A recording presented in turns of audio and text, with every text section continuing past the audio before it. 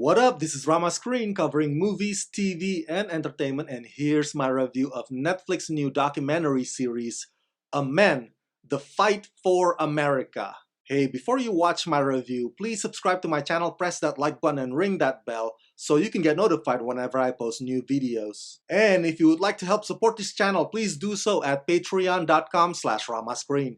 That's patreon.com/ramascreen. Let's rock this. Yes, the arrival of this docu-series does honor and celebrate this current Black History Month, but just like the spirit of the 14th Amendment itself, which can be claimed by various groups of Americans who seek equal protection of the laws, A Men, The Fight for America covers a lot of ground and it expands its reaches beyond just African Americans. This whole thing is a well-chronicled, thorough, fact-based, informative, and powerful relearning of our country's dark past and its ongoing struggle to live up to its own promise for present and future generations. Created by Rob Imbriano and Tom Yellen, directed by Kenny Leon and Reynaldo Marcus Green, with telescript by Sasha Stewart and hosted by Will Smith, A Men, The Fight for America is a 6-part docuseries that explores the 14th Amendment of the U.S. Constitution, which in 1868 promised liberty and equal protection for all persons as America's most enduring hallmark of democracy. A Men deploys a groundbreaking narrative format featuring a number of luminaries breathing life into speeches and writings by the 14th Amendment's most ardent advocates and foes, with insights from an inclusive array of contemporary thought leaders and experts. Featuring Mahershala Ali, Samira Wiley, Samuel L. Jackson, Diane Lane, Laverne Cox, Yara Shahidi, Randall Park, Joseph Gordon-Levitt, Sterling K. Brown, and more. Documentary shows like A Men, The Fight for America are imperative, timely, and much needed in this day and age, especially when there are so many disinformation out there coming from TV pundits and conspiracy websites. You see, I think there's a lot of us that falls into the trap of American exceptionalism mindset, the thinking of America is never wrong, it's always perfect, you should never question America. But think of the slogan, Make America Great Again.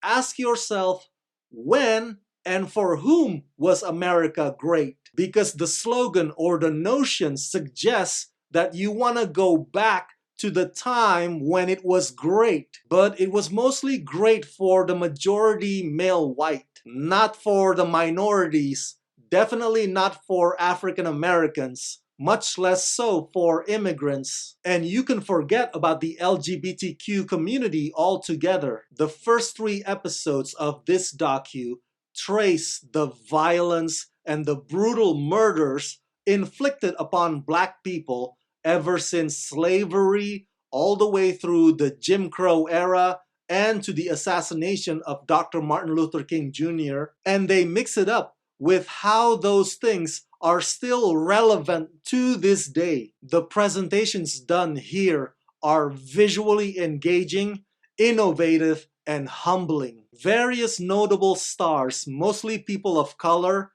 uttering the words and giving them weight that demands our attention. Now, the idea of the last 3 episodes is to widen the circle or make the circle bigger or more diverse. And the talking head educators and actual historians featured bestow their wisdom not only on the interpretation of the 14th Amendment, but also on the understanding as to why realizing the 14th Amendment or making it a reality has always been and will always be a messy process. If you argue that featuring celebrities in this docu can backfire or hurt the docu's well-intentioned purpose, yeah, I can kind of see that. I mean, a lot of Americans do think that Hollywood elites are tone deaf. But at the same time, you gotta admit that we do live in a celebrity worship society. So this most certainly is a double-edged sword situation. But I hope that the essence of the docu remains and can resonate in that, yes, we love America